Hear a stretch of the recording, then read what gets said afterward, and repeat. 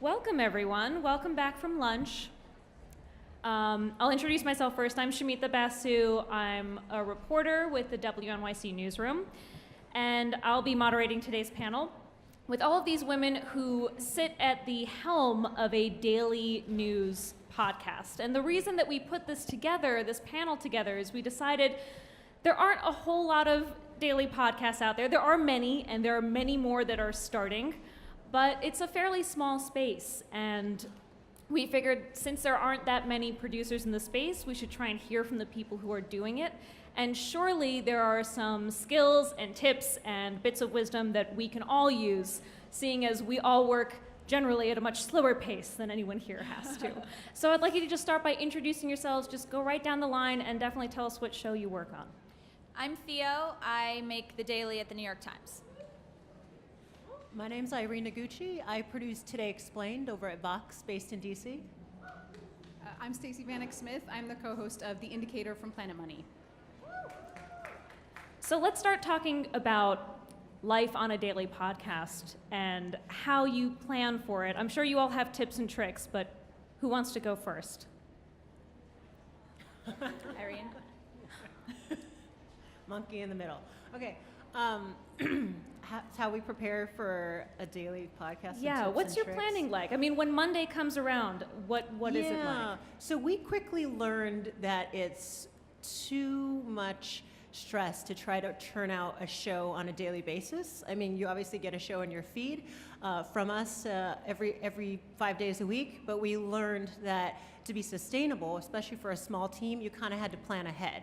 So we come into the week and we're like, okay, let's look at all the headlines, let's look at all the things people are talking about on the news, but what is still going to be a conversation 3 days from now? Or still a conversation on Friday, or it looks like it's starting to heat up on Twitter or social media, or that this conversation could be taken in new and interesting ways. And then we take the ones that seem like they have legs, and we start working on those, so that way we have 2 or 3 days to actually invest in them, and that way you're not burning your team out with doing a single show every single day and rinse, cycle, repeat. So. One of the things we learned at the Daily is that we want to be covering breaking news. So we are making shows sort of live each day, usually 3 days a week.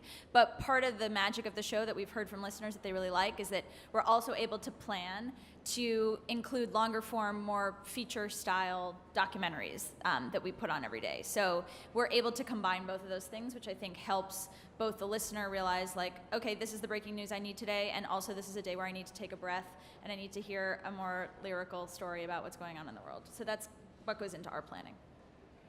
Yeah, we have the luxury of not having a news focus. It's an economics focus, so we can do kind of news adjacent. So we do the same thing because in the beginning we were trying to make a show every morning. We were trying to have a morning meeting and make a show every morning, and that was so bad. There was no way that we could keep that up. And so we did the same thing. So we probably like 2 days a week or 3 days a week do like quite a newsy story, and then the other couple days we'll run a feature that we've been working on for a while. I also have the luxury of a co-host, so we can kind of switch off, and that has made it way, way, way more sustainable. So Stacey and Irene, you have shows that come out in the afternoons, right? Yeah. Whereas you have to drop your episode by what time in the morning? 6. What time do you wake up in the morning? So most of our production is done the day before. And Okay. we also have a little trick, which is that we have an engineer in London. So he wakes up and starts working at 3 a.m. our time, but it's the morning for him. So That's a good trick. Yeah, so that helps with the upload time. But we are working long hours to get the show out every day. But we're certainly not. I think somebody tweeted recently, they had this idea that like Michael sort of wakes up at 5 in the morning, realizes what's going on that day, and just vomits it out and puts it out at 6 a.m. And that's just, everybody in this room knows not how a podcast gets made. So we're doing most of our production the day before. Cool. Are there specific skills that you feel like you had to learn or sharpen up by stepping into the daily producing cycle? And are there any skills that you sort of had to unlearn from your previous jobs? Well, I'd been a live talk show producer for about 9 or 10 years before I came in, and I know both these women on each side of me have been in news as well. And when you're in live talk show, oftentimes you come in the morning, you figure out what your show is, and in less than an hour or less than half an hour, you have to book your guest. Yeah. So if you're on a same-day turnaround, you get trained on that schedule where you learn how to find a guest quickly, do the research quickly, pre-interview them on the fly, figure out within the first 30 seconds whether they're a good guest or not, and figure out how to swivel and find another guest quickly, get them to a studio or get a tape singer to them. After a while, you just get trained in how to turn things around really quickly, how to multitask. So coming from that news background, it was much easier to transition into a daily news podcast because you're like, okay, I know how to do that. Let's just add some more clips and scoring and just, go from there. You also don't have to fill as much time. That was a revelation for me. I was working on a 2-hour-long show, at which point, I'm very proud of all things considered and the things that we did while I was there. But a lot of times you're just filling air, okay? At the Daily, you're distilling everything down into a 25-minute show. So you really, I think one of the habits that I think I unlearn and a lot of people who come onto the team unlearn is we want it to be the best possible thing it can be. We don't want it to just be okay. Because we're not filling 2 hours, we're filling just this tight little, hopefully tied up in a perfect little bow podcast package. But that's, sorry, go ahead. Oh, no, I was going to say that, yes, I think one of the things that you kind of learn how to do is just let go a little bit. So I was at Marketplace for years, and there, you just get an assignment and you just make calls and you get a warm body on the phone. And then I was at Planet Money, which is much craftier, kind of long form, and there you have the luxury of kind of second guessing, or this guest wasn't so great, so you book another guest. And I think on a daily show, you make a decision and you just make it work. You just go with it and kind of see it through to the end no matter what. And so there is something kind of freeing about that, which is nice. You don't second guess yourself. There's not sort of the angst that's involved in long form, at least in my experience. Mm-hmm. But it is a little terrifying too. It's just okay, this is the person that we're gonna have on, and we're just gonna make this person sound exciting, or whatever you have to do. Yeah. So it feels like on any given day, we're all consuming the news rather voraciously right now, and there are a couple of standout headlines every day. How do you create standout content about a super saturated news moment or news topic that everyone else's daily podcast is going to be about that day? Well, we have a two-part format that I think sort of helps distill it down for us. We have a 20-minute podcast. The first 10 minutes, we call it Part A, usually tends to be what the news is, and you want to walk your listener through the basics of the news, the narrative. And then Part B is usually what's the bigger picture? What's the takeaway? What's the deep dive analysis we can take here? Or who's a first-person voice we can feature to give this a little more humanity? And so that sort of helps us, because when we're looking at all the headlines, we're okay, here's the fire, here's, a recent tweet, here's what's going on with the asylum refugee policy, so on and so forth. And we're well, what would Part B be? Where are we taking this story where we can take it one step further with analysis, where it's we can talk to someone who's part of the migrant caravan, or, we can talk to a pig farmer who's being hit by the trade war, or, it's where do we take it one step further? Mm-hmm. And if we can't take it one step further, we move on to a different headline. Mm-hmm. We're always thinking about what we can share that is going to be additive. So when we were thinking about Election Day, for example, everybody's going to do Election Day coverage, right? What do we have that's slightly different than what other people have? And so we decided to kind of give you the feeling of what it is to be in the newsroom on election night, as well as what kind of reach the Times has in terms of reporting. So we kind of blanketed our reporters, and then our producer Claire Tennisgetter, who's here, made this beautiful opening of the show where you can hear, I'm in Georgia, I'm in Florida, I'm in, wherever, Wisconsin. And then you dive right into, we're calling races and everybody's running around like crazy. And so we think a lot about what can we add to the conversation that isn't going to be out there otherwise. And that goes for not only showing the breadth of the Times and the kind of reporting chops that we have, but also who can we find, what first person voices can we find that will enrich the story and not feel like the thing you would have heard everywhere else. And Theo, you also mentioned to me that you try and think outside of the one-on-one interview format as well. And we have a clip from your show, so I want you to just introduce it and how you came to this decision too. Sure. So one of the ways that we wanted to try to cover the Parkland shooting was that one of our reporters, Jack Healy, had gone out and he had talked to some young women who were in high school at Parkland on their first day going back. So Jack goes in and he just embeds with this one family, and these young women, they all are gathering and they're talking just like you would talk, like teenage girls talk. And Claire also worked on this piece. She wove together those voices where basically you just hear the girls. You don't really hear the reporter. You don't really hear the host, Michael. You just hear the girls talking, and you feel like you're sort of at like a sleepover, but with the like most grim topic imaginable. They're talking about like, oh, when the shooting happened, it was Valentine's Day, and I was wearing my cutest outfit, and the police were going to take all of their clothes that had blood on them for evidence, but I didn't want to give it because it was my cutest outfit. Like, that kind of stuff that is such bizarre tape that, we just wanted to showcase that, so we didn't want to add too much more on top of it. So we have that. Let's listen to it, the Daily Parkland clip. I feel like my whole world was spinning and everything was going in slow motion, so that the shots were just like, boom. Boom.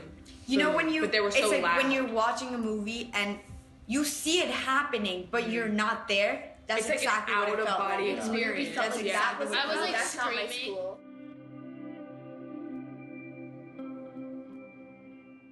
When I've thought about this, about being in a school shooting, and the one thing that I've always said that I would do is text my mom, I love you. And like, I'm like, thank you for everything. And I was so like mad at everything that I wasn't going to be able to get to do that, and I was going to die and not let my mom know that I loved her.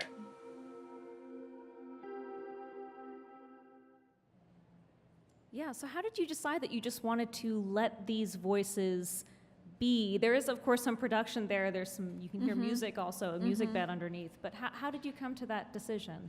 We had the tape. One of the things that we're able to do with the reporters in the newsroom is that they are really eager to collaborate with us. And so they had many of them reach out and say, I have this, I don't know if it's worth anything, what do you think? And then Claire took a listen to it and came back and just said, there are these little moments that are just really special, and is there a way that we can thread them together? And so she and an editor on team, Paige, just sort of popped into a studio, got some of that stitching from Jack, the reporter, and then just made those voices work together. And I think it's so much more intimate than it would be if you put kind of a distance between yourself and the girls. Like, you're just there with them, and that's what makes it really emotional, I think. Stacey, you have a clip from The Indicator, and I thought this was a really great example of what you can do sort of in a pinch if you need to illustrate something. You don't have a lot of luxury and a lot of time to heavily produce and create something major. So I thought this was a creative use of that. Can you explain what the clip is? Yeah. I mean, a lot of times, like, business and economics can feel sort of dense and alienating, and a lot of times the emotion can get taken out of it, even though money is a very emotional topic for all of us. So we're always kind of looking for ways to bring that back in. And so we found this one story about a dynamic toll in Washington, D.C. And a dynamic toll is a toll that changes throughout the day depending on traffic. And this particular toll, I think, was a very common route that goes into Washington. And it was getting up really, really high to like $44 for this little stretch. So I called around and I found an economist who I'd talked to in the past who actually took this was his commute, and asked him if he would take this toll road. There is a free option. There's like a highway that's free, but the traffic is just abysmal. So I asked him to like take this, and we taped him to kind of get his emotion and have him walk us through the toll. So you sent him off with a mic. He's mic'd up while he's driving. Yeah, we put a producer in DC in the car with him, and then I was on his Bluetooth talking with him while he drove the route. Okay, let's hear that toll road clip. Hey, Stacey, Jim Angel here. How are you this morning? Good. Are you driving right now? I am driving right now. It's 8:24 a.m. So now, every day, Jim has a choice. This morning, for our benefit, he agreed to take the toll road. I also need to change lanes. And okay, now I'm in the appropriate lane to get on Interstate 66. So I'm pulling onto the Beltway now, Okay. And they tell me the toll into Washington is $22.50. That sounds like a big toll to me. Oh, it's huge. How does it feel to see that number, $22.50? I feel like a hole has been burned into my wallet, For that price, Jim says he will get to work about 15 to 20 minutes faster. Stacey, were there alternatives that you were considering in illustrating this exact point in this story? Tell me how you arrived at this decision to say, hey, we're going to put someone with a mic in that car and let our listeners feel like they're experiencing the trauma of seeing a $22 toll. Well, I was talking to Jim Angel. I was calling all the economists I knew in the DC area, and I found him, and he was so charming and funny and passionate about it. And he's also very game, and this is definitely something that I think everyone can relate to. When you find a source who is game and will kind of roll with you, that's so valuable, and you harass them forever. Yeah, it's adorable how he's narrating it. I know he was he was very lively and really very, took it very seriously, funny. yeah. And so I sort of threw out like, well, could we like maybe send a producer with you? And he was like, sure. He was so upset about these tolls that he was like, great, like put someone in the car with me. And so that's really actually how that came about. I was just going to interview him about that. I had done an interview. It was fine. It was just a little flat in a way. It didn't have the life that it ended up having but it was because he was so, and it just occurred to me because he was being so funny talking about it, and he seemed so open. Yeah, so ask. If you find someone who seems game, ask. They might say no, but yeah, if you have someone who's game, it opens up so many possibilities. Yeah. Irene today explained does a lot of things to make the news not feel so newsy, and you have a clip yourself. Can you set this up for us and tell us a little bit about why we're going to hear what we're about to hear? Yeah, so I think one of the things when we started Today Explained, a lot of my producers came from shows where they were very strict formats. And we decided, okay, with Today Explained, we're just going to throw spaghetti at the wall sometimes and see what sticks. We're just going to experiment. And sometimes, we're going to point out the absurdity of things. So if any of you are familiar with something called the Muller investigation, as you know, there are a lot of characters. There's a lot of Russians, there's a lot of bank money, the man is keeping track of a lot of things. And we were talking about just how absurd it was, and someone said, it sounds like Billy Joel's We Didn't Start the Fire. And so one of my producers... Of course it sounds like that. Of course they did say that, yeah. So one of my producers, Noam Hassenfeld, who's super talented, he's like, I'm going to make a song, because Noam's also a musician. And so it sort of birthed this clip you're about to hear.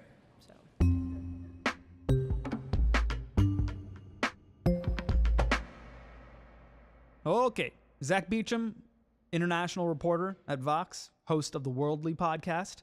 Nice to meet you. Nice to meet you very much, sir. Our show's existed for about a week, and we haven't once talked about the Mueller investigations. Is that a problem? Well, yeah, it's the biggest news in the country right now. Great. Okay, let's do it. But I'm wondering the best way to approach it. Is it maybe by talking about Papadopoulos and Manafort and all of these Gates guys? No. So if you just keep running through the people like that, it's going to sound a little bit like We Didn't Start the Fire. That doesn't sound so bad.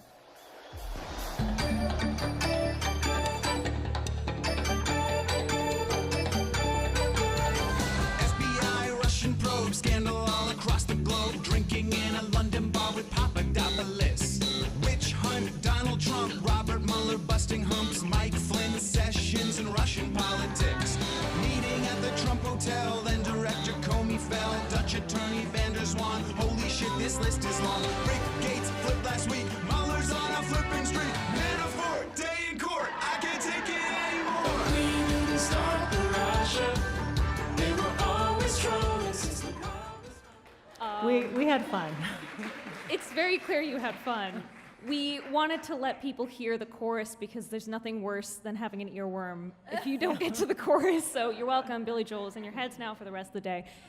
Tell us a little bit about the process, the thought process that connects something like Billy Joel and the Mueller investigation for you, which is here's a really serious news topic, and how can we present it in a really different way? I'm sure these other two women can talk about this as well, but sometimes these things just pop up organically. Like that was how the interview went. They were talking about it, and then then the guest is like, yeah, it sounds like We Didn't Start the Fire. And then when they were finished the taping, my producer's like, I'm just going to make a song, and they jumped in the booth and started writing lyrics. And then at one point, like it was a sort of holiday or a day where a lot of people were working from home, and so he's like, I need to find a singer, and so he put it out in a Slack channel, and he happened to connect with one person in the graphics department who happens to sound like someone who could have won American Idol, and so he used her on all our parody songs now, and it was sort of like all the different stars aligning, which you kind of need a little luck sometimes when you're doing a daily podcast for something like that to work out.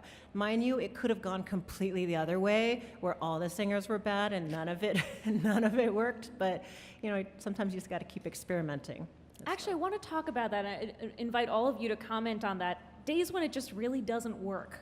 Have you ever found yourselves having to throw out the whole plan for your day's show, and what does that look like? What leads you there? I think it's kind of what Stacey was saying, that something works out, that either you just will it to be and you just make peace with what you have. We throw things out for news. So we, especially in the first 6 or 8 months of the show, there were scoops coming at 5 o'clock almost every day. And so that led to a lot of shows on the floor. But we just don't really have the luxury very often of just throwing things out because it doesn't sound great. We just force it to sound great. Yeah. One time I discovered a factual error really, really late in the day. We were doing a piece on the Baker Hughes Index, and the economist that I had talked to had given me a definition that I had kind of misinterpreted.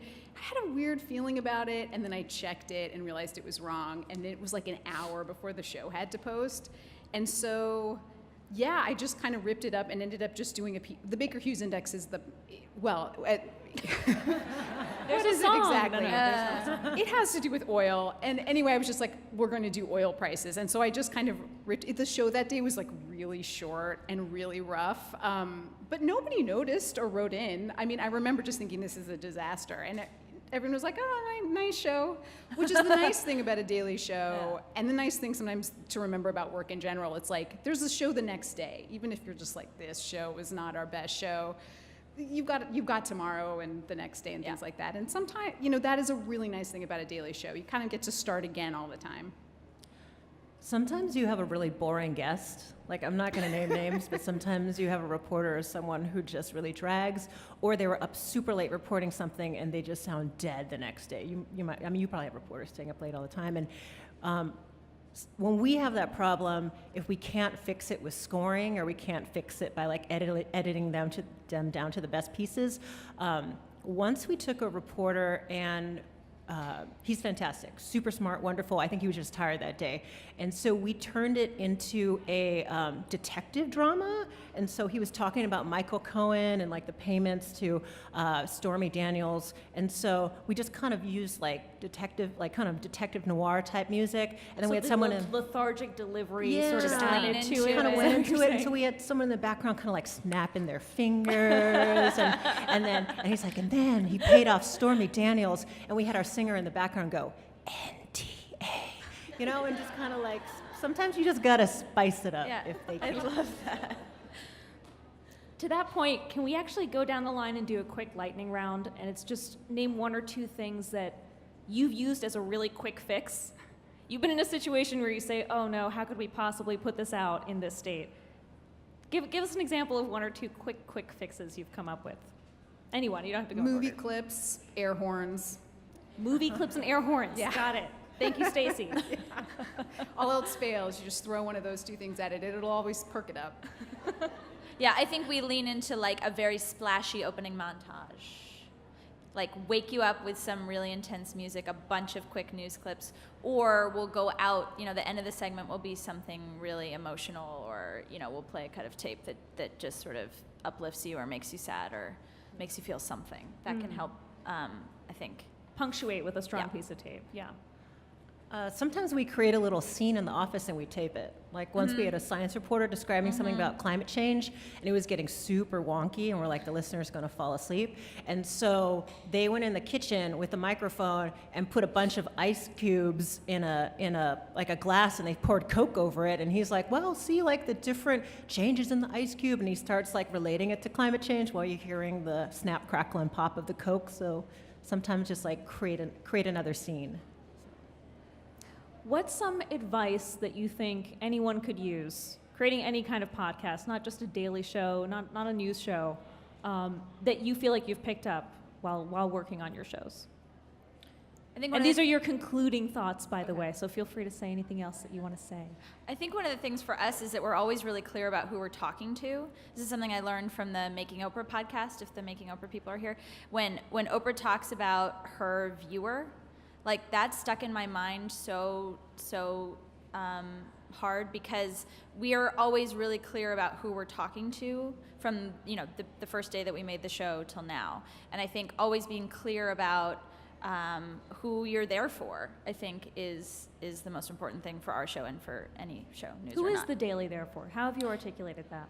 Our listener is somebody who is smart and knows things and can follow along and cares about listening and hearing and emotions, but also doesn't know everything in the same way that we all who are news makers don't know everything. Like, I always say, like, the listener can follow along with who Michael Cohen is, but they might not remember where Myanmar is. So, like, Michael will ask those kinds of questions because we know that everybody's busy, and also the news is really confusing, and also it helps to be reminded as you're, like, going along this narrative journey. So somebody who's, like, engaged and interested. And frankly, I started the show because I wanted my friends to listen to what I was making. So to me, I think of them as, like, young, engaged people who just want to help the world. Yeah.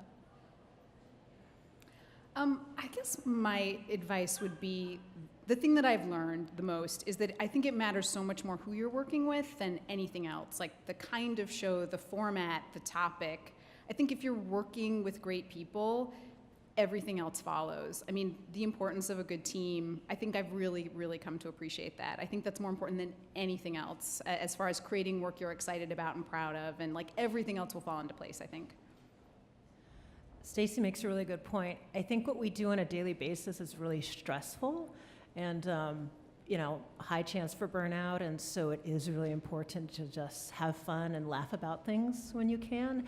And also try to not take it too seriously when you can. And I think our host does a good job of this, where he also calls out the absurdity of news sometimes. I think we're covering news and a lot of news and a deluge of news in a very tricky era. And I think to just sort of call out the absurdity sometimes for listeners and to be able to laugh at it is nice. So, thank you all so much for sharing your insights.